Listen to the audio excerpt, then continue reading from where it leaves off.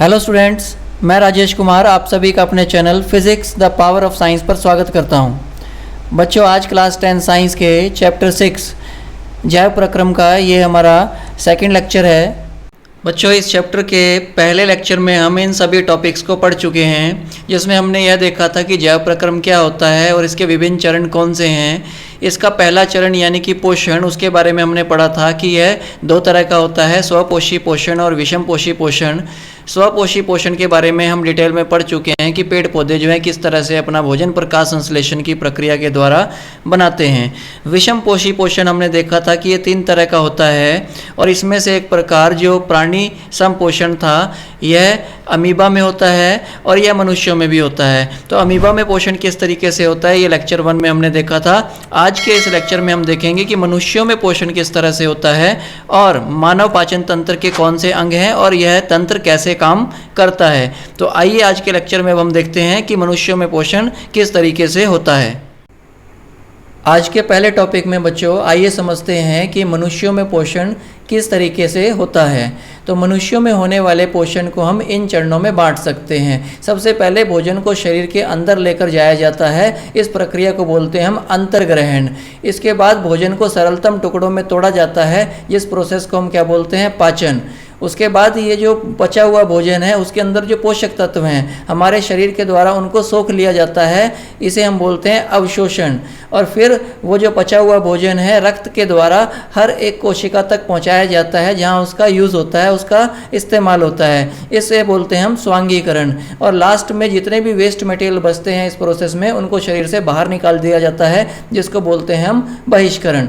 बच्चों, जो भोजन हम करते हैं उसके अंदर प्रोटीन, कार्बोहाइड्रेट, वसा, विटामिन, खनिज लवण और जल इस तरह के घटक पाए जाते हैं। अब इनमें से कई घटक ऐसे हैं जो ठोस, जटिल तथा बड़े बड़े अघुलनशील कणों के रूप में होते हैं और हमारा शरीर उनको उसी तरह से यूज़ नहीं कर सकता। इसलिए क्या होता है, हमें इन कणों को छोटे छोटे कणों में तोड़ना होता है। इसके लिए कुछ एंजाइमों की सहायता ली जाती है या फिर विभिन्न रासायनिक या भौतिक प्रक्रियाओं के माध्यम से भोजन के जो बड़े बड़े अघुलनशील कण हैं उनको सरल और छोटे घुलनशील कणों में बदला जाता है और इस प्रक्रिया को कहा जाता है पाचन।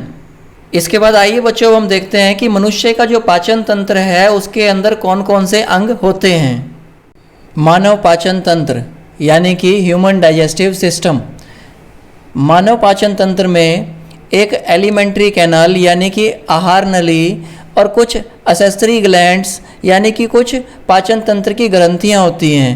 तो एलिमेंट्री कैनल जो हमारी है यानी कि आहार नली वो मुंह से स्टार्ट होकर गुदा द्वार तक होती है। तो इसके अंदर कौन कौन से ऑर्गन हमारे आते हैं, सबसे पहले मुख गुहा, फिर ग्रसनी यानी कि ईसोफेगस, उसके बाद अमाशय यानी कि स्टमक, फिर छोटी आंत यानी कि स्मॉल इंटेस्टाइन और बड़ी आंत जिसको लार्ज इंटेस्टाइन कहा जाता है, मलाशय जिसको रेक्टम कहा जाता है और लास्ट में गुदा द्वार यानी कि एनुस। बच्चों, ये एलिमेंट्री कैनल जो है मुख गुहा से स्टार्ट होकर एनुस तक जाती है और इसकी लंबाई लगभग 9 मीटर के आसपास की होती है। इसका मतलब यह हुआ बच्चों कि मुंह से लेके गुदा द्वार तक जो भोजन है वो 9 मीटर का डिस्टेंस तय करता है। इसके बाद बच्चों जो पाचन ग्रंथियां होती हैं हमारे डाइजेस्टिव सिस्टम के अंदर वो कौन कौन सी होती हैं। एक तो मुंह के अंदर होती है हमारी लार ग्रंथियां जिनको सैलिवरी ग्लैंड कहा जाता है, दूसरी हमारे पास होता है यकृत यानी कि हमारा लीवर और तीसरा हमारे पास है अग्नाशय यानी कि पैनक्रियाज। इसके बाद आइए बच्चों अब हम ये देखें कि एलिमेंट्री कैनाल के जो अंग हैं और हमारी जो पाचन तंत्र की ग्रंथियां हैं इनकी हमारी बॉडी के अंदर लोकेशन क्या होती है और भोजन किस तरह से आगे मूव करता है। तो भोजन सबसे पहले हमारा एंटर करता है हमारे मुंह के अंदर, मुख गुहा के अंदर। तो मुख गुहा के अंदर यहाँ पे दांत होते हैं जो भोजन को चबाने का काम करते हैं, जीभ होती है जो भोजन को उलटने पलटने का काम करती है, साथ ही इसके ऊपर कुछ टेस्ट बर्ड्स भी होते हैं जिससे हमें भोजन का टेस्ट आता है। इसके साथ ही यहाँ पे मुंह के अंदर ही हमारे लार ग्रंथियाँ भी पाई जाती हैं यानी कि सैलिवरी ग्लैंड होते हैं। तो जीवा के नीचे साइड यहाँ जबड़े में हमारे यहाँ पे कुछ लार ग्रंथियाँ पाई जाती हैं और साथ ही यहाँ पे जीवा के ऊपर जो हमारे मुंह के अंदर ये जो तालू है हमारा, तो तालू के ऊपर यहाँ पे भी कुछ लार ग्रंथियां पाई जाती हैं। तो ये लार ग्रंथियां लार निकालती हैं जो हमारे भोजन के अंदर मिक्स होती है। इसके बाद ये भोजन हमारा ईसोफेगस यानी कि ग्रसिका में एंटर करता है। ग्रसिका क्या है? इसको इंग्लिश में फूड पाइप भी कहा जाता है, यानी कि ये खाद्य नली है। इसके अंदर भोजन एंटर करता है और ये खाद्य नली सीधा उसको कहाँ तक लेके जाती है? अमाशय तक लेके जाती है, यानी कि हमारे स्टमक तक लेके जाती है। अमाशय के बाद ये भोजन आगे छोटी आंत में एंटर करता है। छोटी आंत की लंबाई लगभग 6 मीटर के आसपास होती है। अलग अलग प्राणियों के अंदर ये जो छोटी आंत है इसकी लंबाई अलग अलग होती है। ये डिपेंड करता है कि वो किस तरह का भोजन खाते हैं। तो जो शाकाहारी जीव हैं उनके लिए इसकी जो लंबाई है वो ज़्यादा होती है, क्योंकि मांस आसानी से पच जाता है। इसलिए मांसाहारियों के अंदर ये जो छोटी आंत है इसकी लंबाई कम होती है। मनुष्यों के अंदर इसकी जो लंबाई है लगभग 6 मीटर के आसपास की होती है। तो ये छोटी आंत के बाद ये जो भोजन है ये हमारा ये बड़ी आंत में एंटर करता है और बड़ी आंत से होता हुआ ये जो भोजन है ये मलाशय तक पहुँचता है और मलाशय से ये गुदा द्वार के द्वारा शरीर के बाहर निकाल दिया जाता है। इसके बाद बच्चों यहाँ पे दो बहुत ही महत्वपूर्ण पाचन ग्रंथियाँ और हैं। एक तो यकृत और दूसरा अग्नाशय। यकृत जो है हमारी बॉडी का सबसे बड़ा ग्लैंड है, यानी कि सबसे बड़ी ग्रंथि है। इसकी पोजीशन ये दिखा रखी है यहाँ पे डायग्राम में। और ये जो यकृत है इससे बाइल जूस निकलता है। जो बाइल जूस इससे निकलता है ये इसके बाद एक थैली के अंदर जाके इकट्ठा होता है और ये जो थैली है इसको पित्ताशय कहा जाता है। इंग्लिश में इसको कहते हैं गॉल ब्लैडर। इस पित्ताशय में बच्चों जो बाइल जूस इकट्ठा होता है उसे बाद में पित्त की नली के द्वारा छोटी आंत के अंदर भेजा जाता है, जहां भोजन के पाचन में यह मदद करता है। इसके साथ ही अग्नाशय में से यहाँ पे रस निकलता है, अग्नाशयी रस यानी कि पैनक्रियाटिक जूस। ये भी यहाँ पे पैनक्रियाटिक डक्ट के द्वारा स्मॉल इंटेस्टाइन में भेजा जाता है, यानी कि छोटी आंत में भेजा जाता है। और यहाँ पे बच्चों एक बहुत ही इम्पोर्टेंट बात ध्यान देने की है कि ये जो बाइल जूस है सबसे पहले बाइल डक्ट में एंटर करता है और बाइल डक्ट से ये पैनक्रियाटिक डक्ट में जाके मिलता है। यानी कि ये जो बाइल डक्ट है और जो पैनक्रियास से जो डक्ट आ रही है, मतलब ये जो दोनों नलियाँ हैं ये दोनों आपस में मिल जाती हैं। तो ये दोनों जूस पहले आपस में मिलते हैं और उसके बाद ये स्मॉल इंटेस्टाइन में जाके गिरते हैं। इसके अलावा बच्चों हमारे डाइजेस्टिव सिस्टम के अंदर एक ऐसा पार्ट भी है जिसका कोई यूज़ नहीं होता, वो है परिशेषिका यानी कि अपेंडिक्स। ये एक छोटा सा वेस्टिजियल ऑर्गन है, यानी कि ऐसा ऑर्गन है जिसका हमारे शरीर के अंदर कोई यूज़ नहीं है। तो इसके अंदर कई बार क्या होता है कि अगर कोई फूड फंस जाए तो इसके अंदर इन्फेक्शन हो सकता है और जिसकी वजह से हमारे लोअर एब्डोमेन में काफ़ी तेज पेन होता है। तो डॉक्टर क्या सलाह देते हैं कि इसका ऑपरेशन करके निकलवा लिया जाए, नहीं तो वो जो इन्फेक्शन है वो फैल सकता है और जिससे हमें बड़ी प्रॉब्लम हो सकती है। तो कई बार ऐसा भी होता है कि अगर स्टमक का कोई ऑपरेशन डॉक्टर कर रहे हैं तो वो इस अपेंडिक्स वाले पार्ट को साथ में ही काट के निकाल देते हैं, क्योंकि इसका यूज़ तो है नहीं हमारी बॉडी के अंदर कोई भी, बजाय उसके वो हमें कभी ना कभी प्रॉब्लम दे सकता है। बच्चों हमारे डाइजेस्टिव सिस्टम के अंदर एक और बहुत इंपॉर्टेंट प्रोसेस होती है, वो है क्रमाकुंचन गति यानी कि पेरिस्टाल्सिस। ये पेरिस्टाल्सिस क्या होता है? एलिमेंट्री कैनल के विभिन्न भागों में लयबद्ध तरीके से सिकुड़ने और फैलने की क्रिया होती है, जिसे क्रमाकुंचन गति कहते हैं। और इसी गति के कारण एलिमेंट्री कैनल के अंदर हमारा जो भोजन है वो आगे बढ़ता है। बच्चों जब हम भोजन को मुंह में रख के चबाते हैं उसके बाद उसको निगलते हैं तो छोटी सी एक गोलिका जो भोजन की है उसे हम बोलते हैं बोलस। तो ये जो बोलस है ये जब हमारी फूड पाइप के अंदर एंटर करता है तो ये जो फूड पाइप है इसके अंदर सिकुड़ने की और फैलने की क्रिया होती है। तो ये जो बोलस बना ठीक इसके पीछे की जो ये मांसपेशियां हैं ये क्या होंगी? यहाँ सिकुड़ेंगी। जब ये सिकुड़ेंगी और इसके आगे की ओर जो मांसपेशियां ये फैल जाएंगी, इसकी वजह से क्या होगा? ये जो बोलस है यानी कि जो फूड की ये गोलिका है इसके ऊपर नीचे की तरफ एक प्रेशर लगेगा, इस वजह से ये फूड हमारा आगे बढ़ेगा। तो जब ये गोलिका थोड़ी सी आगे खिसकेगी तो फिर से दोबारा यही प्रोसेस होगी, यानी कि ये जो मांसपेशियां हैं फिर से आगे सिकुड़ गई और उसके बाद जो है आगे वाली मांसपेशियां ये आगे से फैल गई। तो इसकी वजह से ये लगातार आगे की तरफ प्रेशर लगता रहता है, जिसकी वजह से हमारा फूड एलिमेंट्री कैनल में यानी कि मुंह से ग्रसिका में, ग्रसिका से स्टमक में, स्टमक से आगे स्मॉल इंटेस्टाइन में, स्मॉल इंटेस्टाइन से लार्ज इंटेस्टाइन में और लार्ज इंटेस्टाइन से होता हुआ मलाशय में और आगे गुदा द्वार तक पहुँचता है। तो ये जो क्रमाकुंचन गति है ये हमारी पूरी एलिमेंट्री कैनल में होती है। और इस वजह से क्या होता है कि जिस वक्त हम चाहे खड़े हैं, चाहे बैठे हैं, चाहे लेटे हुए हैं बिस्तर के ऊपर, उस वक्त भी हमारी पाचन क्रिया चलती रहती है और भोजन आगे से आगे खिसकता रहता है। बच्चों आइए अब हम समझें कि मानव पाचन तंत्र की कार्य प्रणाली क्या है। यानी कि जब हम भोजन करते हैं तो भोजन हमारे एलिमेंट्री कैनल में से जब गुजरता है तो भोजन का कौन सा अवयव किस जगह पर पाचित होता है और किस एंजाइम की वजह से होता है।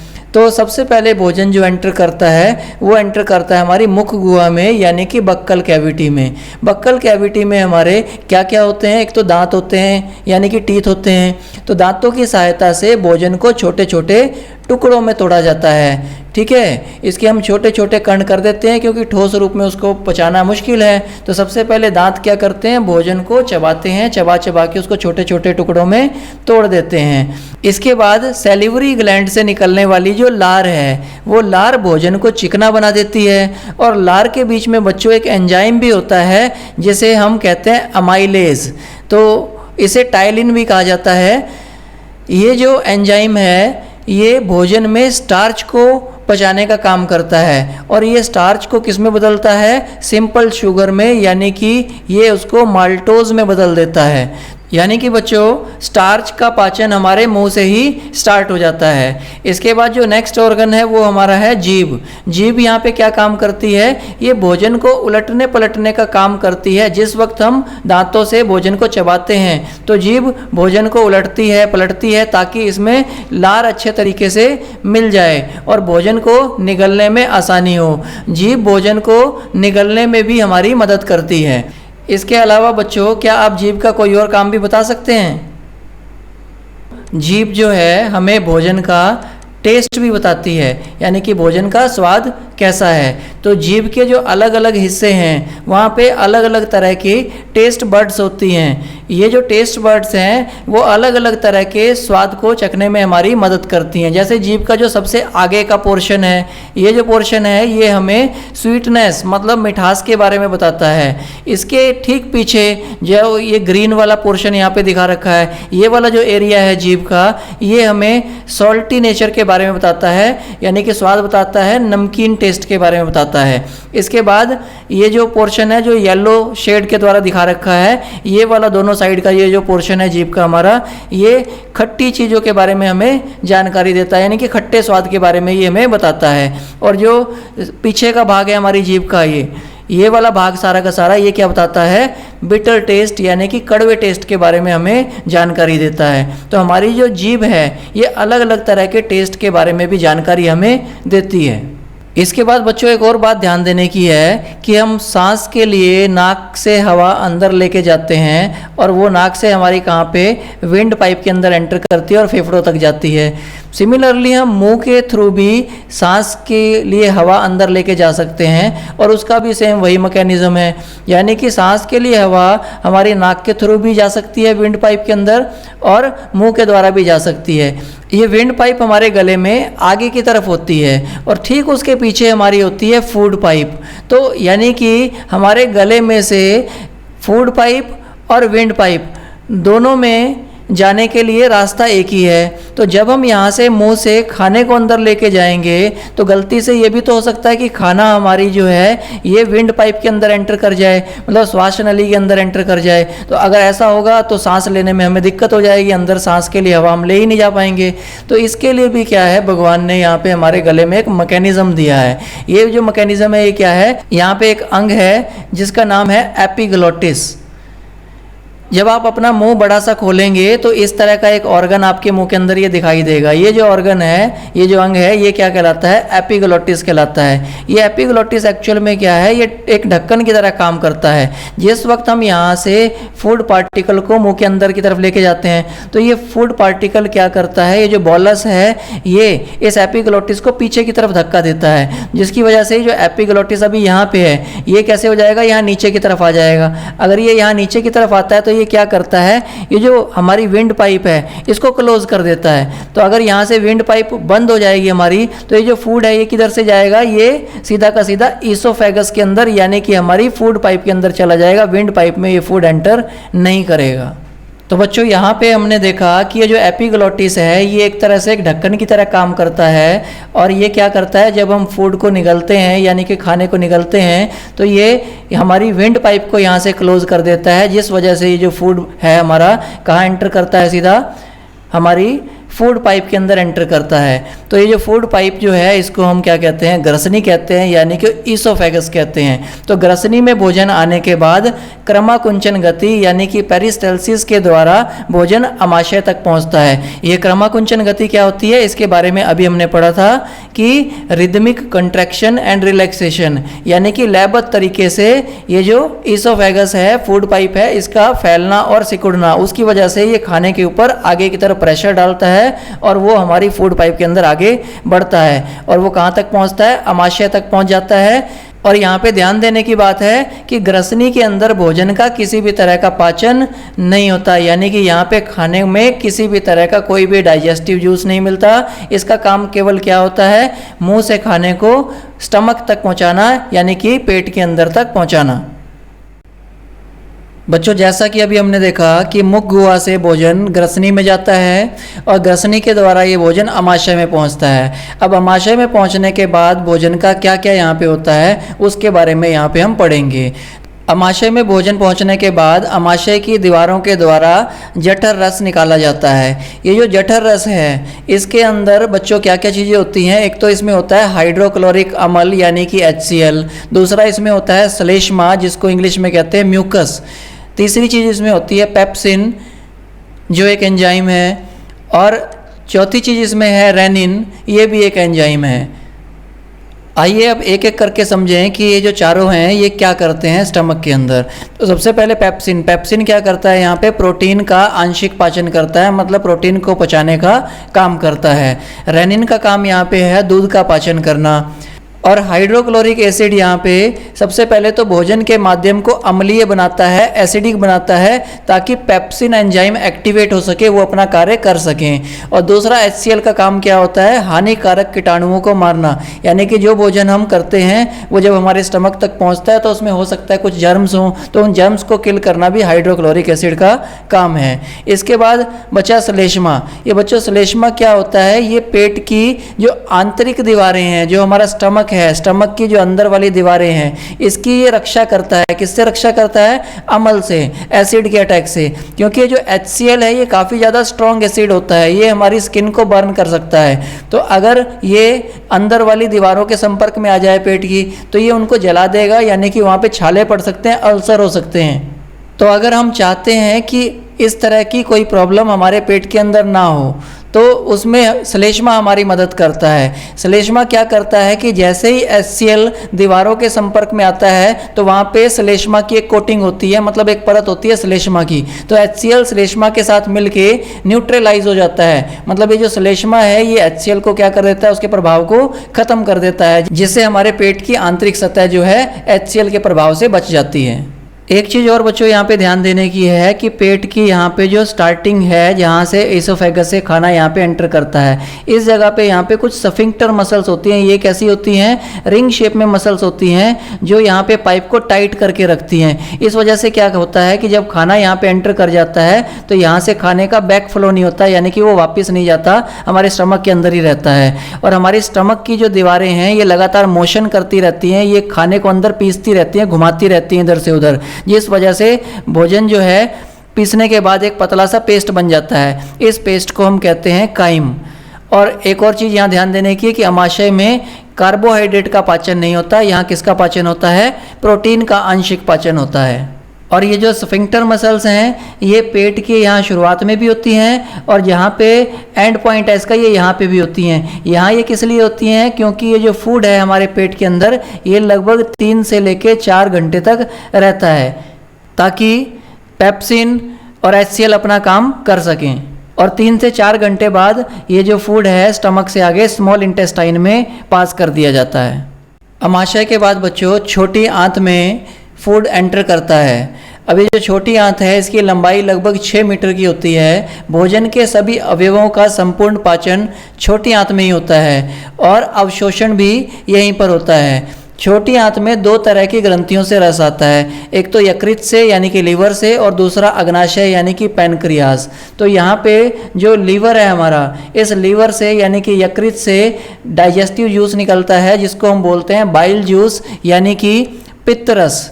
ये जो पित्त रस है यहाँ पे गॉल ब्लैडर यानी कि पित्ताशय के अंदर संचित होता है। तो यहाँ से जो जूस आ रहा है ये पित्ताशय में संचित होता है, और इसी तरह से पैनक्रियाज यानी कि यकृत से जो जूस आता है वो भी, और ये जो बाइल जूस आ रहा है ये भी, ये दोनों आपस में मिलके फिर छोटी आंत में जाके गिरते हैं। तो यानी कि छोटी आंत के अंदर जो हमारी स्मॉल इंटेस्टाइन है उसके अंदर हमारे दो तरह के जूसेस आ रहे हैं, एक तो पित्त रस और दूसरा पैनक्रियाटिक जूस यानी कि अग्नाशयी रस।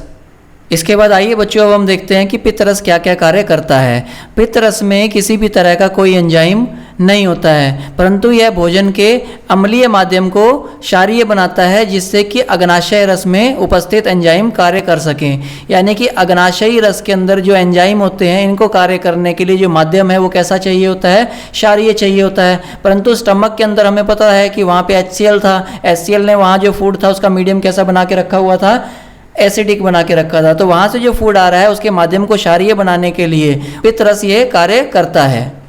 इसके साथ ही बच्चों पित्त रस का दूसरा कार्य है वसा की जो बड़ी बड़ी गोलिकाएं हैं उनको तोड़ना भी होता है। उनको तोड़कर वो छोटी छोटी गोलिकाओं में बदल देता है जिससे उनका क्षेत्रफल बढ़ जाता है। ऐसा करने से क्या होता है, एंजाइम की क्रियाशीलता बढ़ती है, एंजाइम ज़्यादा एक्टिव हो पाते हैं। इस प्रोसेस को हम बोलते हैं इमल्सीकरण। इसके बाद अग्नाशयी रस में बच्चों हमारे पास जो एंजाइम होते हैं वो होते हैं ट्रिप्सिन, अमाइलेज और लाइपेज। ट्रिप्सिन जो एंजाइम है वो प्रोटीन को पचाने का काम करता है। एमाइलेज जो है कार्बोहाइड्रेट के पाचन में मदद करता है, और लाइपेज जो है वो वसा यानी कि फैट का पाचन करता है। इसके अलावा बच्चों छोटी आंत की जो भित्ति होती है उसकी जो अंदर की दीवारें हैं उसमें भी कुछ ग्रंथियां होती हैं। वो ग्रंथि आंत्र रस यानी कि इंटेस्टिनल जूस निकालती हैं। ये जो इंटेस्टिनल जूस है उसमें उपस्थित जो एंजाइम है वो पाचन क्रिया को संपूर्ण करते हैं, और ये एंजाइम प्रोटीन को एमिनो अम्ल में बदल देते हैं, कार्बोहाइड्रेट को ग्लूकोज में बदलते हैं, और वसा को वसा अम्ल या ग्लिसरॉल में बदल देते हैं। तो ये जो हमारे पास एमिनो अम्ल, ग्लूकोज और वसा अम्ल या ग्लिसरॉल आए ये हमारी बॉडी में ब्लड के अंदर अवशोषित कर लिए जाते हैं।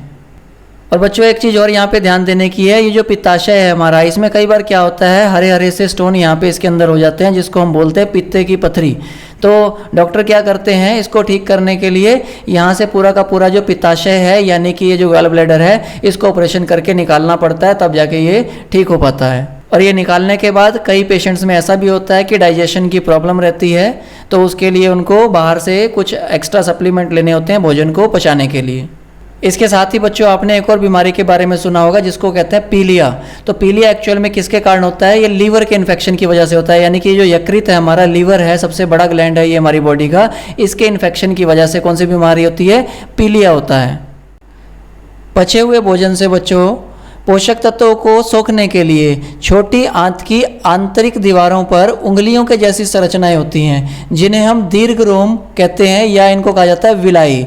ये जो है कैसी संरचनाएं हैं, जैसा कि यहाँ पे डायग्राम में आप देख सकते हैं उंगलियों की तरह के ये प्रवर्ध हैं, संरचनाएं हैं जो बाहर की तरफ ये निकली हुई हैं, और ये पूरे ही दीवारों के ऊपर रहते हैं पूरी ट्यूब के अंदर। तो बच्चों ये जो दीर्घरोम है ये एक्चुअल में क्या करते हैं, ये एब्जॉर्प्शन के लिए, अवशोषण के लिए क्षेत्रफल को बढ़ा देते हैं जिसकी वजह से ज़्यादा पोषक तत्वों को एब्जॉर्ब किया जा सके। और ये जो विलाइज होते हैं यानी कि दीर्घरोम, इनके ऊपर ब्लड कैपिलरीज होती हैं, यानी कि खून की नलियाँ दौड़ती हैं, पतली पतली सी महीन महीन नलिकाएँ होती हैं खून की, उसमें ब्लड सर्कुलेट होता है। तो जब यहाँ से फूड मटेरियल इनसे टच करता हुआ आगे पास करता है तो फूड मटेरियल में से पोषक तत्व खून के अंदर सोख लिए जाते हैं।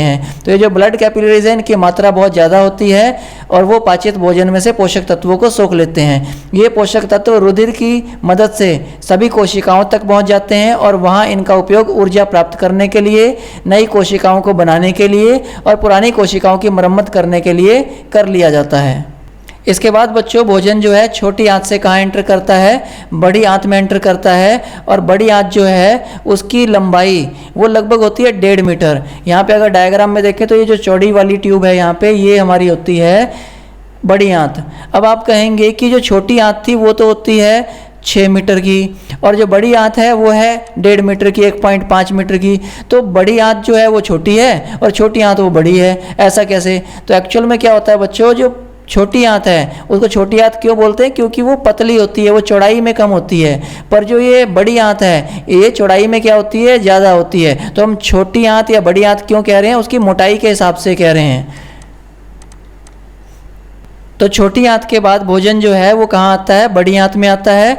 बड़ी आंत में भोजन का किसी भी तरह का पाचन नहीं होता है, यहाँ पे खाना पचाया नहीं जाता, बल्कि बड़ी आंत में क्या होता है, इसकी सतह पे भी दीर्घ रोम होते हैं, यानी कि विलाइज होते हैं, जैसे कि ये हमारे पास डायग्राम में दिखा रखे हैं। तो ये क्या करते हैं, भोजन के अंदर जो अतिरिक्त पानी होता है उसको वापस सोख लेते हैं, और जो शेष बचा हुआ भोजन का अपशिष्ट पदार्थ हैं उनको आगे भेज दिया जाता है। कहाँ भेज दिया जाता है? मलाशय में भेज दिया जाता है। तो बिना पचा हुआ जो भोजन है उसको मलाशय में इकट्ठा कर लिया जाता है, जिसे बाद में गुदा द्वार के द्वारा शरीर से बाहर निकाल दिया जाता है। यहाँ पे जो गुदा द्वार होता है यहाँ पे भी सर्कुलर शेप में कौन सी मसल्स होती हैं? स्फिंक्टर मसल्स होती हैं, जो यहाँ पे टाइट होके रहती हैं। जो ऐसा नहीं है कि यहाँ पे मल इकट्ठा हुआ और साथ के साथ जो है यहाँ से निकलना स्टार्ट हो गया। अगर यहाँ पे ये स्फिंक्टर मसल ना हो तो जो भी मल यहाँ पे होगा वो सीधा बाहर निकलना शुरू हो जाएगा, यानी कि लगातार ही वो मल बाहर निकलता रहेगा। तो उसको रोकने के लिए यहाँ पे क्या होता है, स्फिंक्टर मसल्स होती हैं जो काफ़ी ज़्यादा टाइट होती हैं, इसलिए वो सही समय पर ही मल को बाहर निकलने देती हैं।